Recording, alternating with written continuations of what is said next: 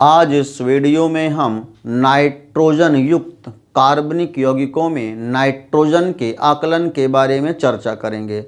देखिए, नाइट्रोजन के आकलन की दो विधियां हैं। पहली विधि है ड्यूमा विधि, दूसरी विधि है जेल्डॉल विधि। ड्यूमा विधि जो होती है, इस विधि के द्वारा हम सभी प्रकार के नाइट्रोजन युक्त कार्बनिक यौगिकों में नाइट्रोजन का आकलन कर सकते हैं। इसकी मुख्य विशेषता है, इस विधि की मुख्य विशेषता यही है कि इस विधि के द्वारा हम सभी प्रकार के नाइट्रोजन युक्त कार्बनिक यौगिकों में नाइट्रोजन का आकलन कर सकते हैं। देखिए, ड्यूमा विधि जो है, तो ड्यूमा विधि के चित्र के बारे में देखते हैं। ड्यूमा विधि जो है, तो इसमें एक कड़े कांच की दहन नली होती है, जहाँ इसमें सबसे पहले यहाँ से CO2 गैस को प्रवाहित करने के लिए नली होती है। यहाँ से हम CO2 गैस को प्रवाहित करते हैं, तथा इसके आगे क्यूप्रिक ऑक्साइड की जाली होती है। इसके आगे यहाँ पर क्यूप्रिक ऑक्साइड व कार्बनिक पदार्थ को रखा जाता है। जिस भी कार्बनिक पदार्थ में हमें नाइट्रोजन का आकलन करना होता है, उस कार्बनिक पदार्थ को क्यूप्रिक ऑक्साइड के साथ मिलाकर यहाँ पर रखा जाता है। उसके आगे स्थूल क्यूप्रिक ऑक्साइड को रखा जाता है, और यहाँ पर लास्ट में जो है तो कॉपर, अपचयित कॉपर की जाली होती है।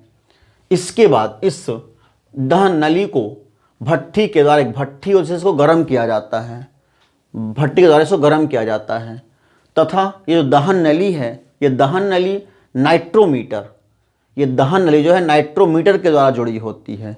इस नाइट्रोमीटर में पोटेशियम हाइड्रोक्साइड का विलयन भरा होता है, तथा नाइट्रोजन गैस एकत्र होती है। जो नाइट्रोजन गैस है वो इस नाइट्रोमीटर में ही एकत्र होती है, तथा यहाँ पर इसमें नीचे को मरकरी सील लगी होती है, तथा ये जो नाइट्रोमीटर है एक KOH विलयन से भरे हुए बल्ब से जुड़ा होता है। ये नाइट्रोमीटर जो है KOH विलयन से भरे हुए एक बल्ब से जुड़ा होता है। अब देखिए, जो ड्यूमा विधि का सिद्धांत क्या है। ड्यूमा विधि का सिद्धांत ये है कि जब नाइट्रोजन युक्त कार्बनिक यौगिक को क्यूप्रिक ऑक्साइड के साथ CO2 के वायुमंडल में गर्म किया जाता है, तब इसका कार्बन, हाइड्रोजन, सल्फर व नाइट्रोजन इनके ऑक्साइडों में ऑक्सीकृत हो जाते हैं, तथा कुछ नाइट्रोजन शेष रहता है।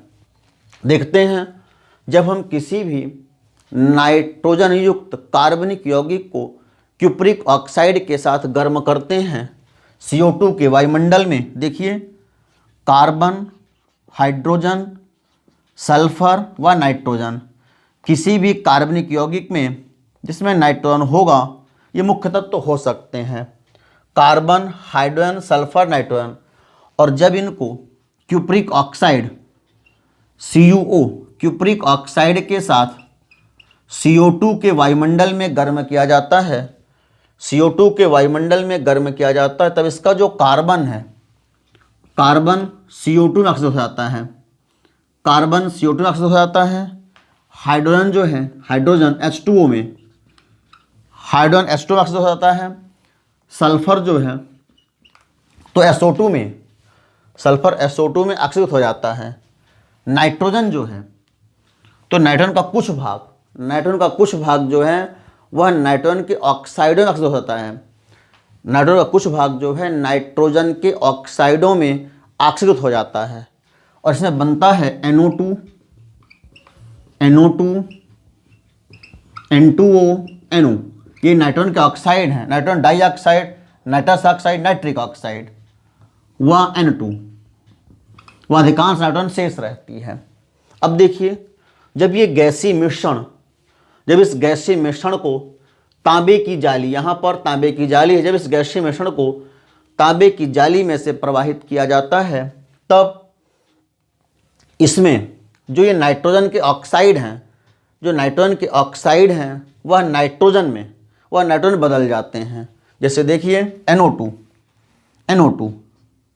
नाइट्रोजन डाइऑक्साइड, ये जो नाइट्रोजन का ऑक्साइड है यह कॉपर से क्रिया करके CuO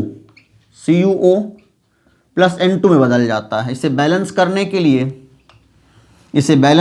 के लिए यहाँ पर हम ले लेंगे 2NO2, तो और यहाँ पर लेंगे 4Cu, 2NO2 प्लस 4Cu से बन जाएगा 4CuO। ये बन जाएगा 4Cu प्लस N2, यहाँ पर नाइट्रोजन अलग हो जाती है। इसी प्रकार से जो नाइट्रिक ऑक्साइड है NO, ये भी कॉपर से क्रिया करके यहाँ पर लेंगे 2NO, तो बन जाएगा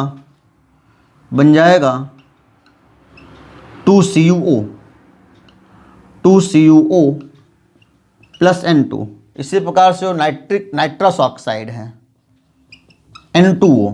N2O, ये Cu से क्रिया करके बनाएगा CuO प्लस N2।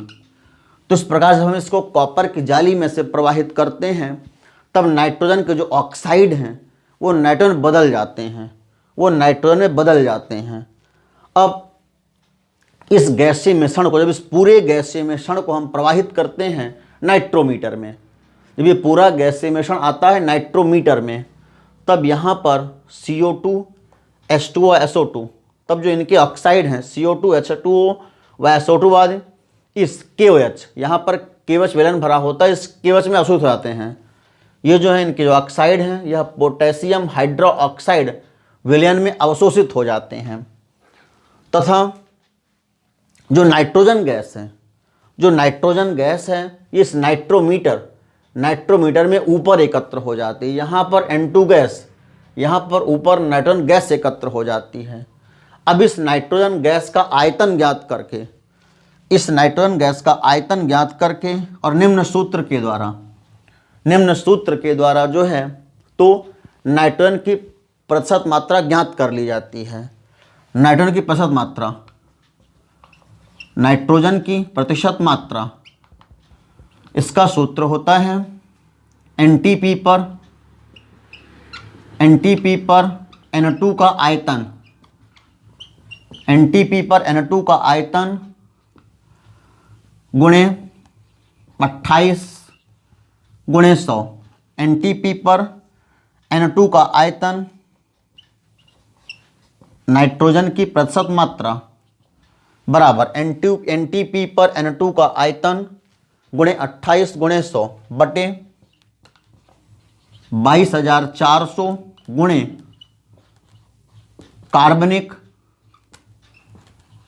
पदार्थ का द्रव्यमान। NTP पर N2 का आयतन गुणे 28 गुणे 100 बटे 22,400 गुणे कार्बनिक पदार्थ का द्रव्यमान। तो इस प्रकार से इस सूत्र का उपयोग करके हम नाइट्रोजन की प्रतिशत मात्रा ज्ञात कर सकते हैं। तो ये थी नाइट्रोजन के आकलन की ड्यूमा विधि। अगले वीडियो में हम नाइट्रोजन के आकलन की जेल्डाल विधि के बारे में चर्चा करेंगे।